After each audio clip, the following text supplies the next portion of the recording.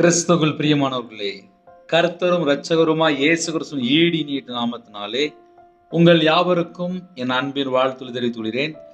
தேவன் அருளிய அப்பம் பிரேயர் மினிஸ்ட்ரி சேனல் மூலியமாக உங்களோடு சந்திப்பதில் மிகுந்த மகிழ்ச்சி அடைகிறேன். தினம்தோறும் அதிகால வேளையிலே பரிசுத்த வேதாந்தத்திலிருந்து நாம் ஒரு பகுதியை தியானித்து நம்முடைய குடும்ப பாதுகாப்பிற்காக நாம் ஜெபித்து வருகிறோம்.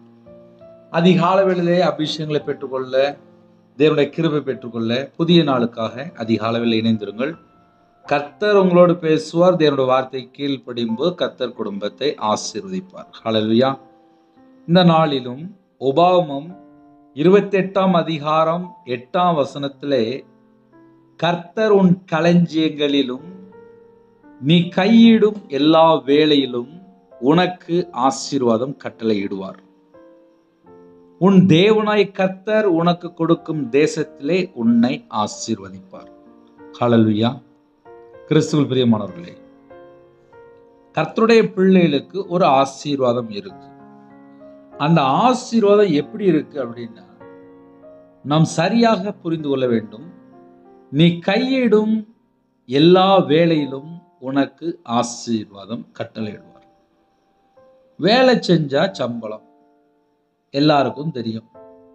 இந்த பூமிக்குரிய வாழ்க்கையிலே ஒரு மனுஷனுடைய வாழ்க்கையில முதல்ல உண்மை இருக்கான்னு சொல்லி தேவன் எதிர்பார்ப்பார். இந்த கடைசி காலத்திலே நிறைய குடும்பத்திலே உண்மை தன்மை காணும். அது ஒரு வேதனையான விஷயம்.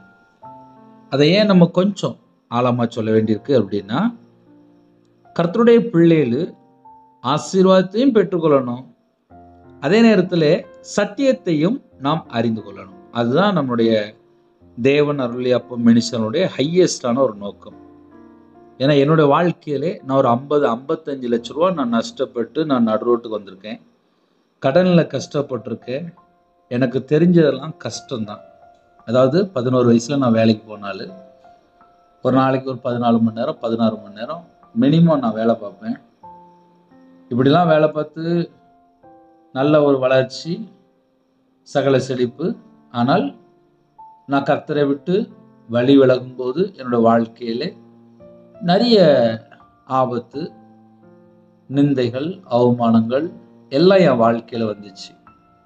அப்போ நான் கையில பைபிள் எடுத்து வாசித்து பார்த்தேன். நான் ஞாயிற்றுக்கிழமை சர்ச்சுக்கு போற பையன் தானே, என் வாழ்க்கையில எதுக்குப்பா எனக்கு இவ்வளவு பிரச்சனை வருது அப்படின்னு சொல்லி நான் கொஞ்சம் வாசித்து பார்த்தேன். அதுல எப்படி எப்படி பைபிள் எழுதப்பட்டிருக்கோ அதை நான் அப்படியே உங்கள்ட்ட சொல்லிட்டு இருக்கேன். அதனால நம்ம ஒரு வசனத்தை நம்ம தியானிக்கும் போது பைபிள்ல அதனுடைய அர்த்தம் என்ன, நம்ம வாழ்க்கையிலே அதனால நம்ம என்ன மாற்றம் இருக்கு, அதை சரியாக புரிந்து கொள்ளணும். உபாகமம் 28 அதிகாரம் 20 ஒரு மனுஷன் கர்த்தரை விட்டு தள்ளி போகும்போது எவ்வளவு ஆபத்து இருக்கு, அதே நேரத்தில் கர்த்தர் ஒரு குடும்பத்தை ஆசீர்வதிக்கும் போது எவ்வளவு ஆசீர்வாதம் இருக்கு.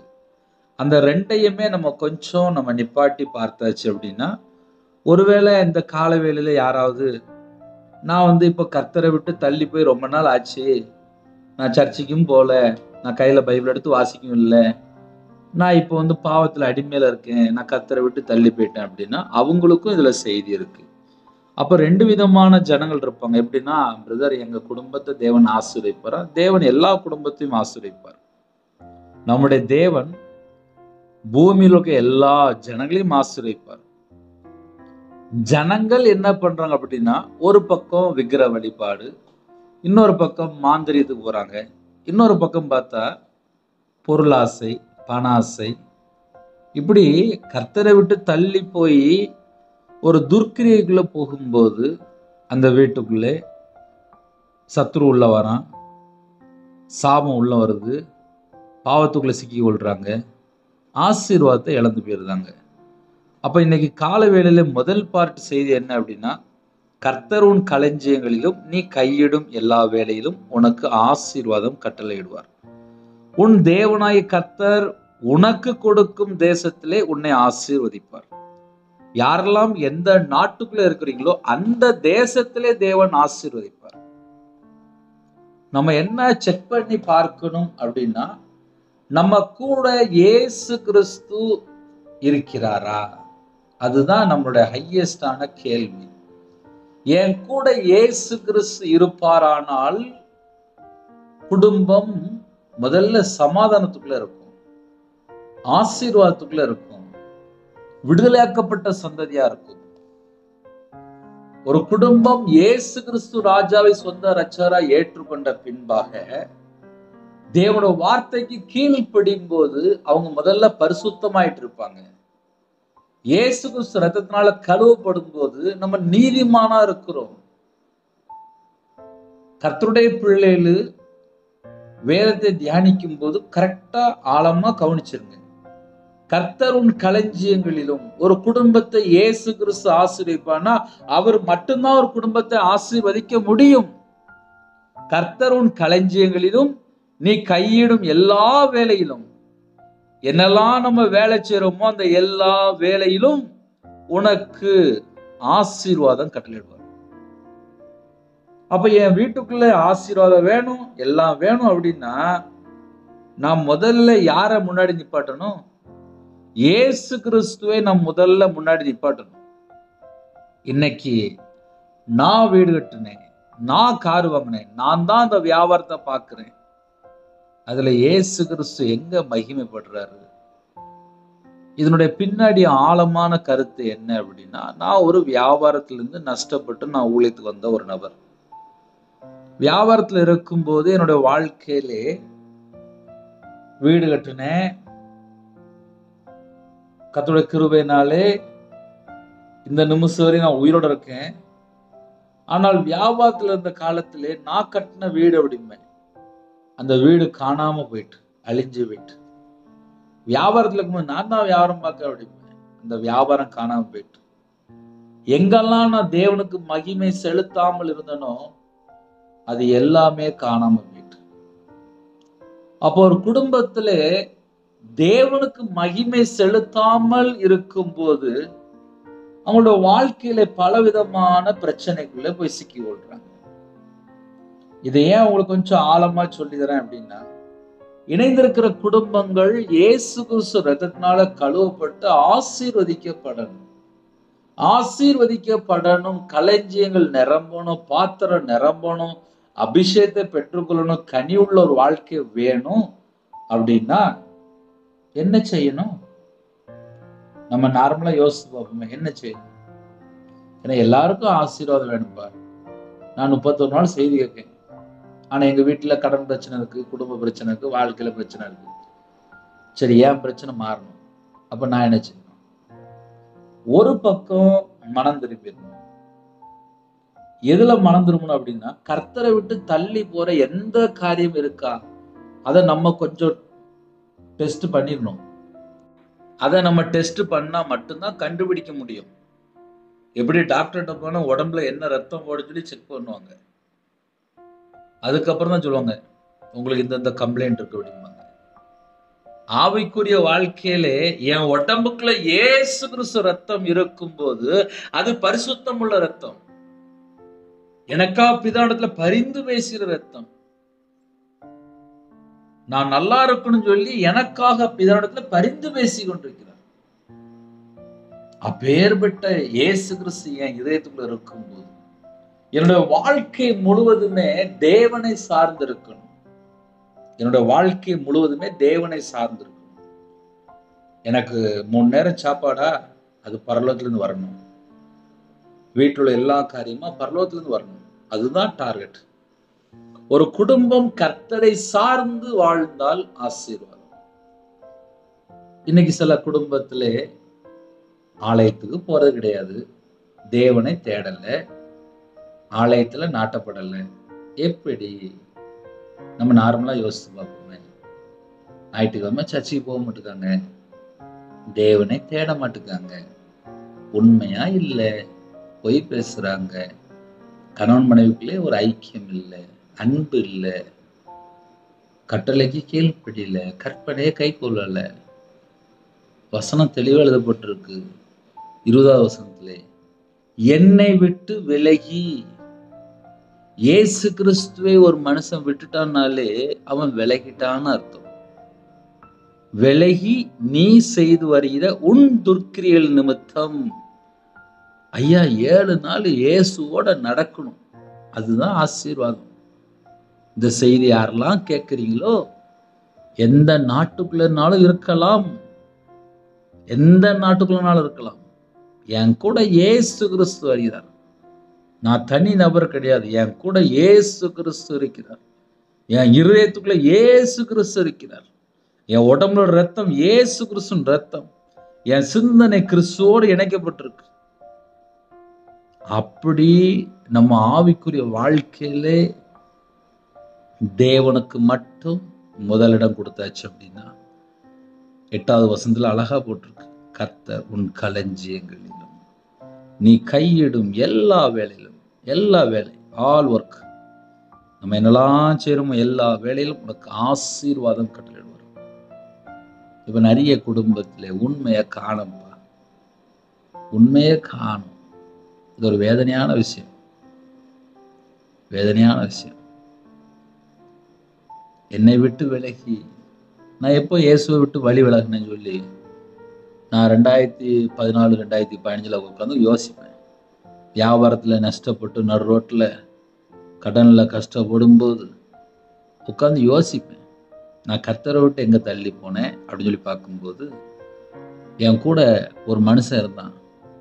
அந்த மனுஷன் விக்கிர வழிபாடு எனக்கு மாந்திரியம் பண்ணி என்கிட்ட இருந்து ஒரு 13 லட்சம் மட்டும்தான் வாங்கியிருக்கான். ரொம்பலாம் வாங்கலை, 13 லட்சம். சரி, என்கிட்ட 13 லட்சம் வாங்கிட்டான், நான் அவனை ஒன்றுமே செய்யலை. நான் வியாபாரத்தில் நஷ்டப்பட்டு கடனில் கஷ்டப்பட்டு போயிட்டேன், ஊரை விட்டு போயிட்டேன். ஆனால் ஒரு 5 வருஷம் கழித்து பார்க்கும்போது அந்த மனுஷன் தூக்கு போட்டு செத்து போயிட்டான். அவ்வளோதான், அந்த மனுஷனோட வாழ்க்கையும் முடிஞ்சு போச்சு. என்கிட்ட மாந்திரியம் பண்ணி விற்கிறதுக்கு எல்லாத்துக்கும் பணம் வாங்கி, சரி அந்த மனுஷனும் நல்லா இருக்கானா அப்படின்னு பார்த்தா அந்த மனுஷன் தூக்கு போட்டு செத்து போயிட்டான். அப்ப எந்த குடும்பத்தை யார் ஏமாத்தினாலும் யாரும் நல்லா இருக்க மாட்டாங்க. அது ஒரு பக்கம். சரி, நான் கர்த்தரை விட்டு வழி விலகி விக்கிரத்துல போனேனே, நான் மாந்திரிகத்துக்கு பணம் கொடுத்தனே, நான் நல்லா இருக்கேனா அப்படின்னு சொல்லி யோசித்து பார்த்தா நான் நடுரோட்டுக்கு வந்துட்டேன். கடன்ல கஷ்டப்பட்டு வீடை வித்து எல்லாம் வித்து நடுரோட்டுக்கு வந்துட்டேன். அதுக்கப்புறம் தெளிந்த புத்தி வந்து நான் எங்க சாபத்துக்குள்ள கிடக்கேன் அப்படின்னு சொல்லி பார்த்தா, விக்கிரத்துக்கு பணம் கொடுத்து, மாந்திரிகத்துக்கு பணம் கொடுத்து, மனுஷன் பின்னாடி போய் என் வாழ்க்கையில நான் சாபத்துக்குள்ள கிடந்தேன். அப்ப சாபம் எப்படி வந்துச்சு அப்படின்னு சொல்லி கொஞ்சம் ஆழமா போய் பார்க்கும்போது, நான் கர்த்தரை விட்டு வழி விலகிட்டேன். அதை கண்டுபிடிச்சேன்.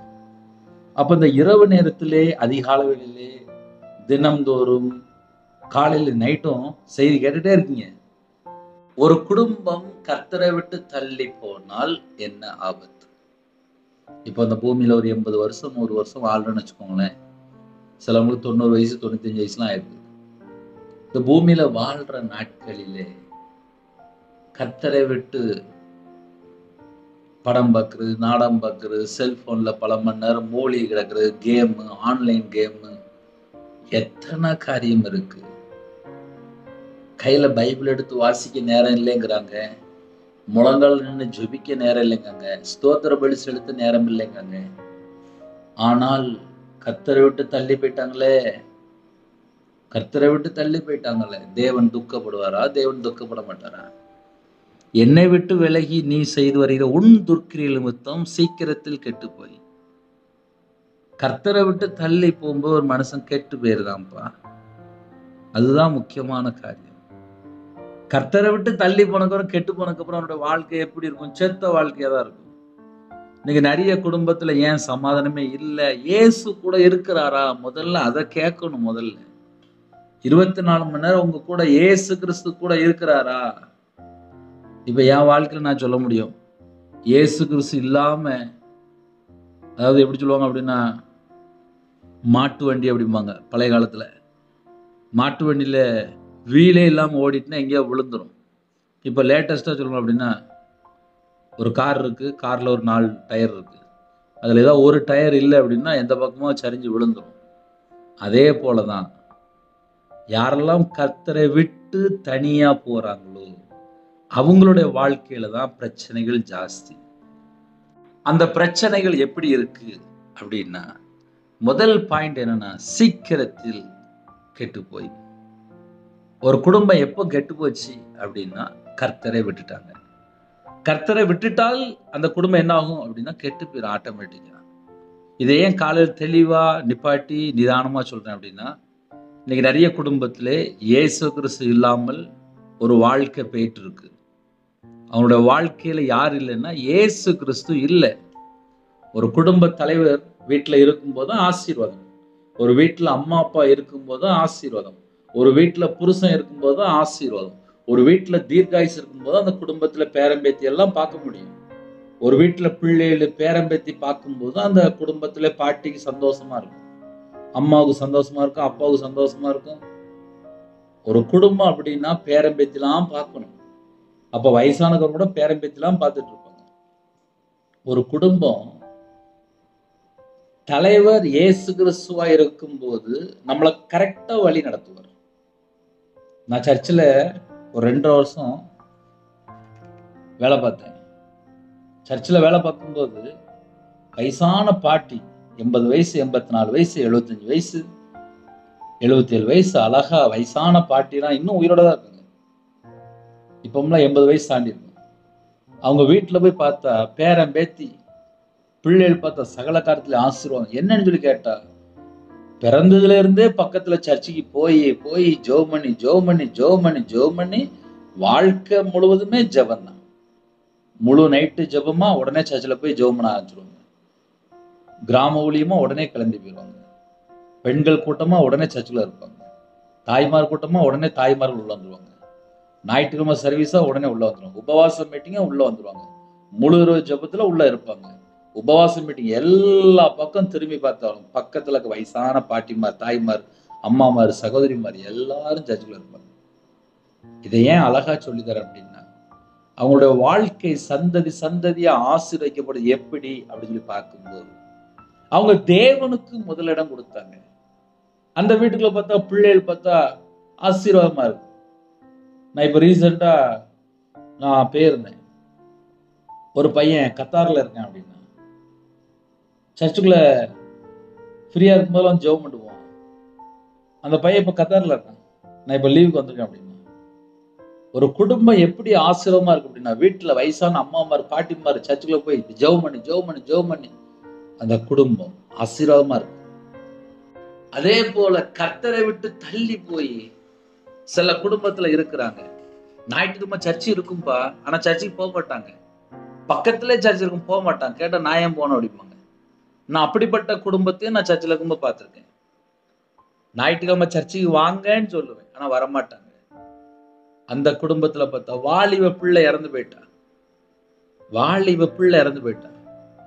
நான் சர்ச்சில் வேலை பார்க்கும்போது போய் சொல்லுவேன், சர்ச்சுக்கு வாங்கம்மா, சர்ச்சுக்கு வாங்க, குடும்பமா சர்ச்சுக்கு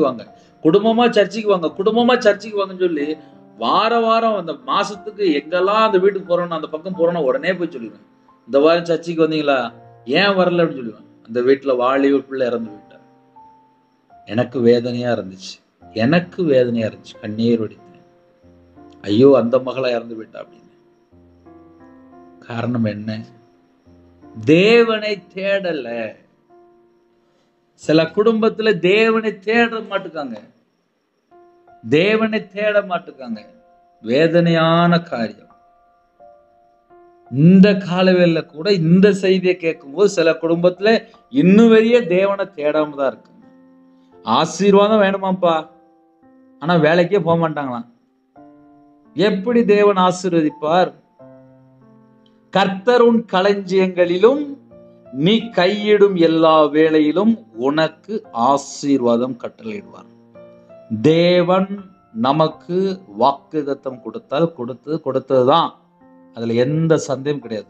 உன் தேவனாய் கர்த்தர் உனக்கு கொடுக்கும் தேசத்துல உன்னை ஆசீர்வதிப்பார். அது ஆசீர்வாதமான வாக்குத்தத்தம். அந்த வாக்குத்தத்தம் நம்ம வாழ்க்கையில நிறைவேறணும் அப்படின்னா 24 மணி நேரம் எனக்கும் தேவனுக்கும் உள்ள தொடர்பு எப்படி இருக்கு? இப்போ சில குடும்பத்துல என்ன பண்றாங்க அப்படின்னா, அநியாயமா சம்பாதிக்குங்க. அநியாயம் செய்யும் போதுதான் பிசாசு உள்ள வந்துருவானே. இப்ப பிசாசு எப்பம்பா உள்ள வந்தான் அப்படின்னா, அநியாயம் செய்யும் போது, அக்கிரமம் செய்யும் போது, அடுத்த வீட்டுக்குள்ள போய் கொள்ளை அடிக்கும் போது, அடுத்த வீட்டுல பொருளை தூக்கிட்டு போகும்போது, அடுத்த வீட்டை சபிக்கும் போது, அடுத்தவங்களை தப்பா பேசும்போது, பரிசுத்தவான்களை தப்பா பேசும்போது, இதெல்லாம் பிரச்சனைகள் தான். சில குடும்பத்துல என்ன பண்ணுவாங்க அப்படின்னா, ஊழியக்காரங்களை தப்பா பேசிட்டு இருப்பாங்க. அது அவங்களோட வாழ்க்கையில சாபமா மாறிடும். என்னை விட்டு விலகி இயேசு கிறிஸ்து ஒரு மனுஷன் விட்டு விலகிட்டானாலே அப்புறம் பரிசுத்தவான்கள்லாம் தப்பா பேச ஆரம்பிச்சிருவாங்க. ஏன்னா இப்ப சில குடும்பத்துல அதிகமா படிச்சிருப்பாங்க. அதிகமா படிச்சுட்டு என்ன செய்வாங்க அப்படின்னா ஊழியக்காரங்களை தப்பா பேசிட்டு இருப்பாங்க. நான் ஒரு வீட்டுல இருந்தேன், ஒரு குடும்பத்தை பார்த்தேன். அந்த குடும்பத்தை எனக்கு நல்லா தெரியும். பரிசுத்தவான்களை தப்பா பேசிட்டு இருப்பாங்க. பரிசுத்தவான்களை தப்பா பேசும்போது அந்த வீட்டுக்குள்ள அடிக்கடி வியாதி வரும். நான் யோசிப்பேன், ஏன் வியாதி வந்துச்சு, என்ன நடந்துச்சு?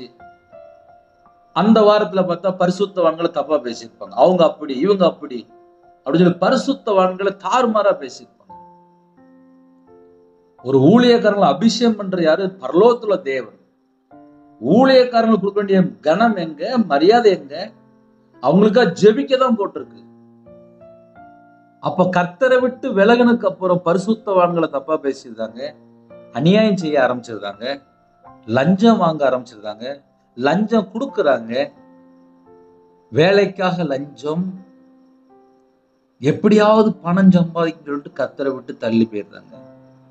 ஏன் ஒரு வீட்டுக்குள்ள களஞ்சியம் ஏன் நிரம்பி வழியல அப்படின்னா அவங்க கர்த்தருக்குள் இல்லை. என்னை விட்டு விலகி நீ செய்து வருகிற உன் துர்க்கிரிகள் நிமித்தம் சீக்கிரத்தில் கெட்டு போய் அழியும் மட்டும் நீ கையிட்டு செய்கிற எல்லாவற்றிலும் கர்த்தர் உனக்கு சாபத்தையும் சஞ்சலத்தையும் கேட்டையும் வர பண்ணுவார். ஒரு குடும்பத்துல கர்த்தரை விட்டு தள்ளி போனால் என்ன ஆபத்து இருக்கு, இயேசு கிறிஸ்துவுக்குள் இருந்தால் என்ன ஆசீர்வாதம் இருக்கு? அந்த ரெண்டையுமே நம்ம கண்டுபிடிச்சா மட்டும்தான் ஒரு குடும்பம் இயேசு கிறிஸ்துவுக்குள்ள நிலைத்திருப்பாங்க.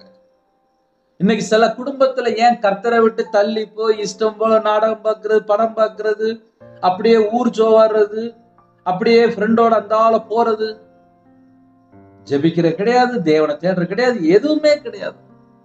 கர்த்தரை விட்டு தள்ளி போயாச்சு. என்ன காரணம்?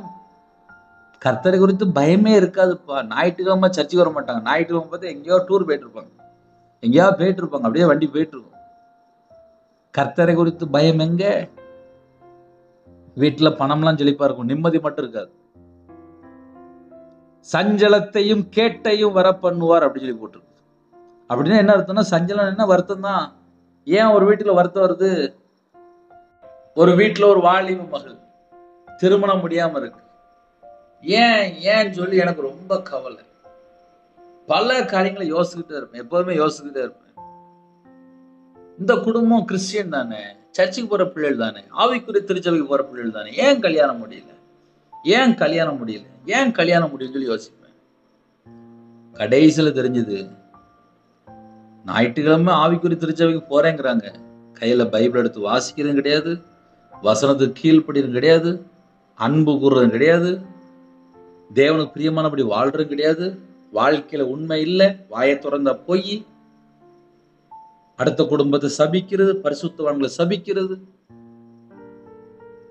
இப்படி நிறைய காரியங்களை பார்க்கும்போது தெரியுது அந்த வீட்டுக்குள்ள தலைமுறை சாபம் ஓடிட்டு இருக்கு. ஆனா ஆவிக்குரிய சர்ச்சுக்கு போறேங்கிறாங்க, எல்லாம் நடக்கு. ஆனா வீட்டுக்குள்ள பார்த்தா தரித்திரம், கடன், நிம்மதி இல்லை, பிரச்சனை, போராட்டம். வீட்டுக்குள்ள பார்த்தா ஒரே சண்டை, குடும்பம் பார்த்தா பிரிஞ்சிருக்கு. இதெல்லாம் ஒரு குடும்பத்துல சாபத்துல நடக்கு. அப்ப கால வேளையில ஒரு குடும்பம் ஆசீர்வாதமா இருக்கா சாபமா இருக்கா கண்டுபிடிக்கலாம். 2 வசனம் உங்களுக்கு அழகா ஸ்கிரீன்ல வச்சிருக்கேன். ஒரு வசனம் ஆசீர்வாதம், இன்னொரு வசனம் கர்த்தரை விட்டு தள்ளி போன எங்க பிரச்சனை வருது கண்டுபிடிக்கிறதுக்காக அந்த வசனத்தை நான் சேர்த்து பேசுறேன். என்னை விட்டு விலகி நீ செய்து வருகிற உன் துர்க்கிரியல் நிமித்தம் சீக்கிரத்தில் கெட்டு போய் அழியும் மட்டும் நீ கையிட்டு செய்கிறது எல்லாவற்றிலும் கர்த்தர் உனக்கு சாபத்தையும் சஞ்சலத்தையும் கேட்டையும் வர பண்ணுவார்.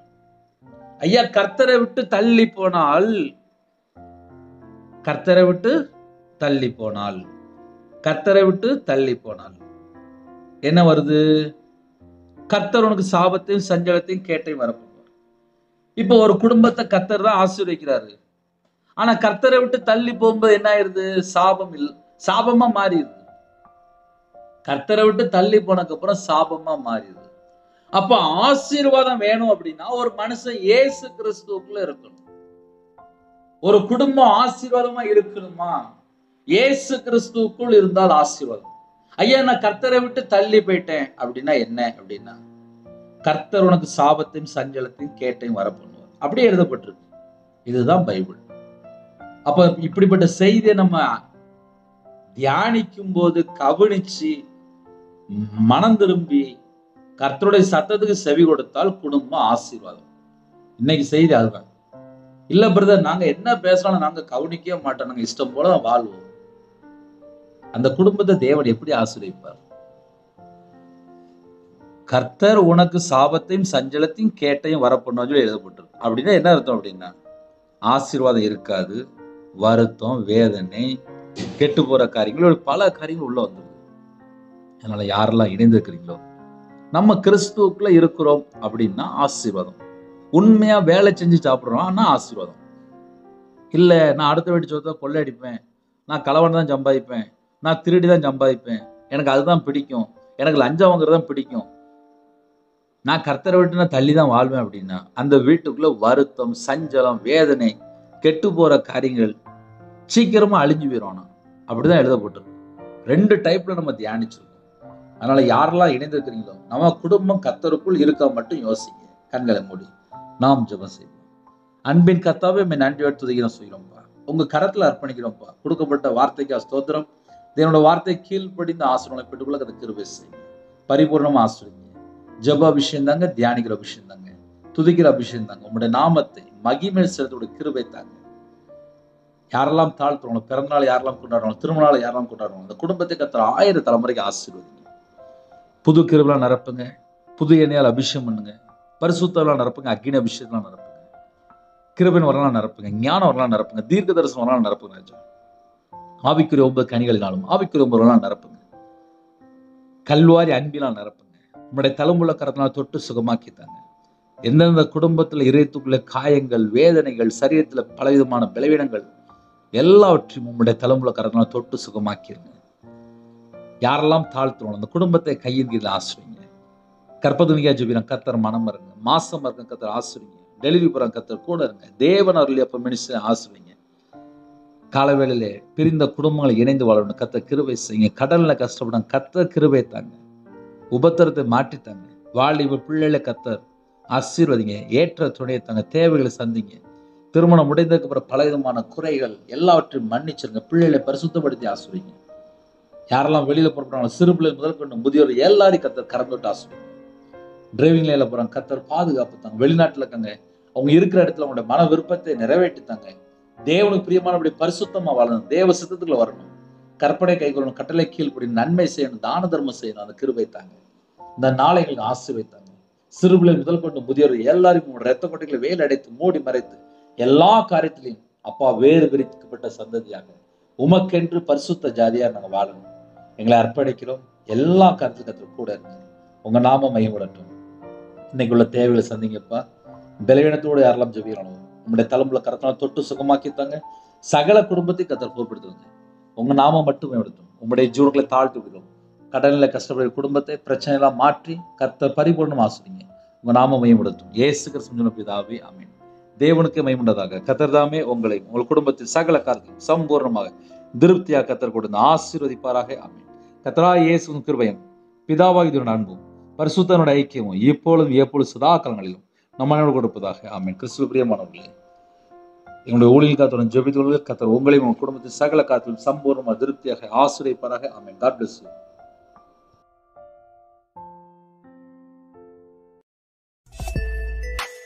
Thanks for watching. Please subscribe our channel. Click the like and share. Click the bell. God bless you.